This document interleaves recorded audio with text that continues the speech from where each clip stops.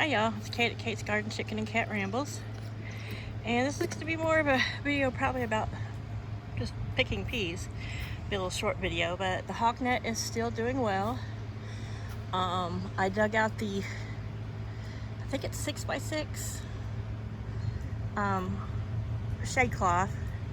I put a stake in a steel T-post down in the ground and stood up the pallet they were no longer climbing on. And I wanted the sides to drape down a little bit to help with the shade, but just to provide them another shady area. There's a dust bath area under there, and at this time in the morning, which is probably between 11 and noon, you can see the shade from that tree is gone from their yard.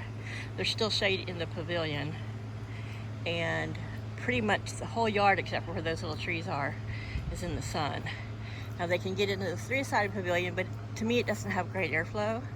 So there's the big drill, and I used it to drill a hole to put to help put the T-post down. And I'm gonna probably today, except for today, it's supposed to be really hot. We'll get some cloud cover. I'm going to probably climb in there because there's not great airflow, and drill a couple portholes in the back side, which is the north side, which will give them a lot of breeze, cross breeze. And then in the winter, the round circles that I drill out, I'm going to use those to make little windows that I can just hinge, or probably hinge shut, or just use it to plug the hole back up come winter, because I'm going to put hardware cloth over it. But anyway, it's hot. I should have brought something to drink out here. Everyone's doing well. We did have one oopsie fiasco with a hawk net yesterday, which gave me like a slight tiny panic, but I got over it. So I came out the yard to bring some treats, and as I was coming through the gate, Moira, who gets excited and runs to me, launched herself from that little, the new annex part of the yard, which isn't covered, and managed to land on top of the hawk net. And she couldn't get herself off. And of course she's dangling there like, you know, like a little piñata. And of course, I mean, her feet are hanging through and her head's caught in, and here comes the big bird going to attack her. So I had to run in there and push up the cloth until I rolled her closer to the edge. And then I was able to put my little hands and wrists through the squares. They're pretty decent size here. And get a hold of her, make sure she's untangled, and toss her over the fence out of the yard. And I was like, ugh. So it was too hot. I've got this other 7-foot pole here. I may come out to help. I did tighten it up so it wasn't so low, and I was going to come out and put that in to give some more height to the edge. Paula's ordered a 25 by 25, which is going to be more than we need, but we'll cover up this area. We'll go up to the edge of that tree, and then I'll tie its edges to this edge, so that the entire chicken yard is covered and nobody can fly out and on top again. Because I was like, thank goodness that happened while I was out here, because if it had happened and I hadn't heard her squawking in the house over the AC, I might not have heard her. She could have been pecked to death or got overheated, because it was, of course, the hottest part of the day, because that's when I came out to bring them some frozen treats. But there's Laddie underneath the shade, so they can sit under there. They can see through the slats, which is what he's doing. He's looking through the slats. Oh, Prime truck just backed up, almost scared me to death. Look, I'll show the tag. It comes out of Jersey anyway. They'll just set them on the car or on the porch. I don't really care. So anyway, the chicken wire seems to be dissuading the rabbit from coming back in here and eating one, because that's the one he was starting to eat. It doesn't want to seem to hop over that 4x6 there and come into this part of the garden. So watermelons are really, really getting big. I'm going to do a little eating. Probably should do that this evening when it cools down a little bit. But there's the cucumbers. I'm hoping to get enough peas picked off one of these to steal another of the cages for the cucumbers. I do have some mesh. It's a soft mesh that's meant to be for garden stuff to climb, but I think the cucumbers are going to be too heavy for it. So there's potatoes, and you can see I've got quite a few green beans that are ready to be, not green beans, squirrel peas that can be picked. I'm just trying to figure out a way to do this so that I am not necessarily on camera, because I don't want all the glory of my fat and no makeup and no hair to be on camera. So anyway, I'll just hold this and show a little. So, like I said, I was hoping that everything would mature kind of on the same, but these are really flat. They're not a snow pea, so I mean I could pick them, but it's just all pod. So these, that you start to see the bulging ridges. I don't think the camera can pick it up as well, but this one you can. You can kind of see where it's looking like little, almost like little rib bumps, and that means that the peas are full size. So I mean, they can be really fat pods, and you think, oh, I'm going to pick these, but you can be surprised that they're not quite as big a peas as you would think. Let's see this one right here. See how you can see all those little ridges? That means that's the fat peas pressing against the inside of the pod. And to me, that says they're ready. So here's green beans. I haven't seen any flowers pop out, but they're fixing to. That little, let's see, make sure I'm not zoomed in too close. These little nubs right here, you see some right here? Those are gonna be flowers. So this is a weed. I bitch about it every year. Don't know what it is. It grows everywhere. It is its most invasive crap. I've never seen it anywhere else except for here. And I've gardened in several states, but anyway, look at what this is. I don't know what it is. It's spiky. Some sort of spiky weed. Not anymore. So we've got marigolds growing over here by the watermelon. And these were just some extra marigolds that were in the pot that had some mold on the top of the flowers. I guess they weren't taken care of.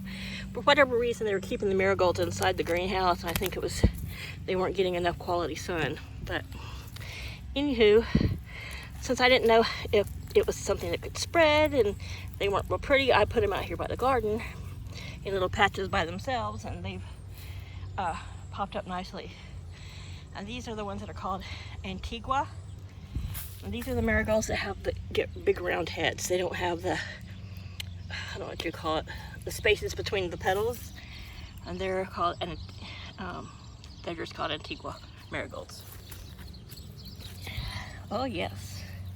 So right now the edge of the bag is holding it up, which is good, but I stole those from in here. Well, the little silver one, I just was one that I had bent up and was getting ready to throw away, but the other day when we were having some storm and some wind, I kind of straightened it back out and put it in here temporarily. But this is a flimsy one. These are really heavy steel, so I think the one I stole from over there, I was able to lean that. It didn't have a lot of pods, but I was able to lean it towards these others. So that one, I may get as much off of as I can. And then what I can't get off of it, I'll pull the whole plant, throw it in there for the chickens. That way I can steal that cage. We'll see. I might, whichever plant has the fewest peas left on it, that's what I'm going to do. I'm going to pick everything that's pickable, and then I'll pull those two plants up. Those are not here for the chickens to pick at, because they certainly will.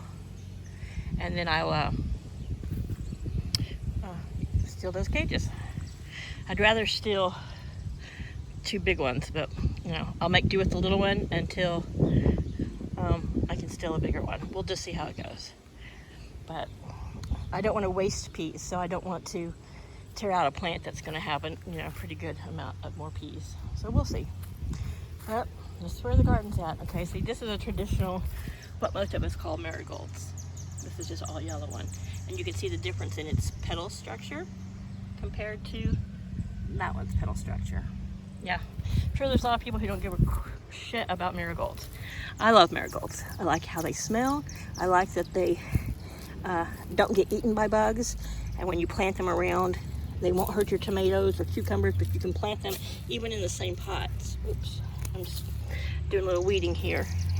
Yeah, I brought gloves, but I left them over there on the chair by the coop, so yeah, well, fingernails cleaned. I've already, after doing all the hawk nut, trimmed all my nails short, so anyhow, but yeah, marigolds, like this marigold's right here by this Greek basil. This is Greek oregano over here. But yeah, it is a good deterrent. The scent and the taste, but I think it has to do with the scent and the oils in it that is a deterrent. Pests don't like it. They're like, yeah, this is yucky, this doesn't smell good.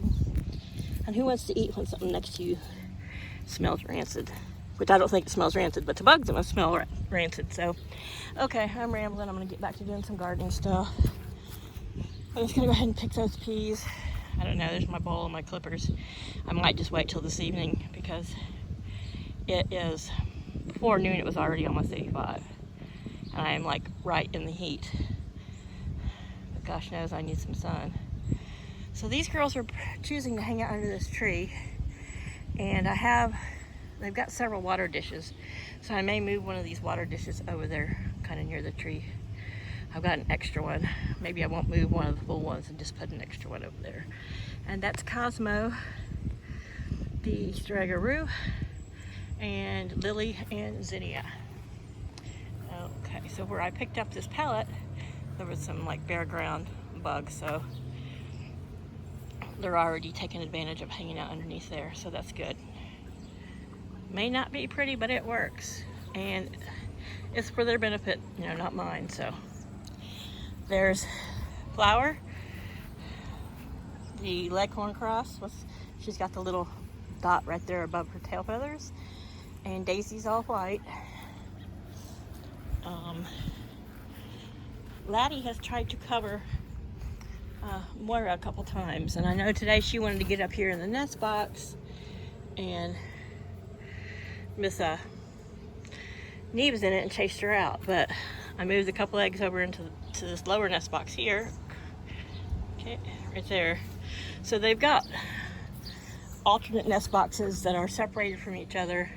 I probably need to put a roost up there. Maybe that will encourage them more. There's the roost. That's standing right there. So maybe I'll do that instead of messing with the garden right now, because that way I'm in the shade and there's a cool breeze. And there's Moira. Moira, you've got plenty of nest boxes to choose from. You don't need to sit up there and see. Neva's still in the nest box and she's just panting away. She's got water here, but to me, those just, though they have vents, they seem hot. But that could just be me. Yeah, she's like, So I have that water bowl set up on top of an upside down one, so I think I'm gonna use that upside down one. Distribute another bowl of cold water out under the tree. Because chickens will get in them. They will stand in them to cool themselves off if they get too hot. The coop runs pretty much southeast by northwest, so it gets a good breeze that cuts through it. And their water in there stays nice and cool. But I like to provide them with multiple, even though it's not a huge flock. You know, that gives them 1, 2, 3. That'll give them 5 different watering stations in shady areas that they can go to get in the shade and get water. And like we all know with all animals, even the human animal, water is what is most important in the hot summer. So okay, I think I'm going to put off standing out there in the sun on top of a black reed mat until maybe some clouds come out and some breeze picks up. And that's where I'm at. It's a Monday, start of a new week. I hope everyone had a great Father's Day, especially all the dads out there. And you guys just have a great week. Bye.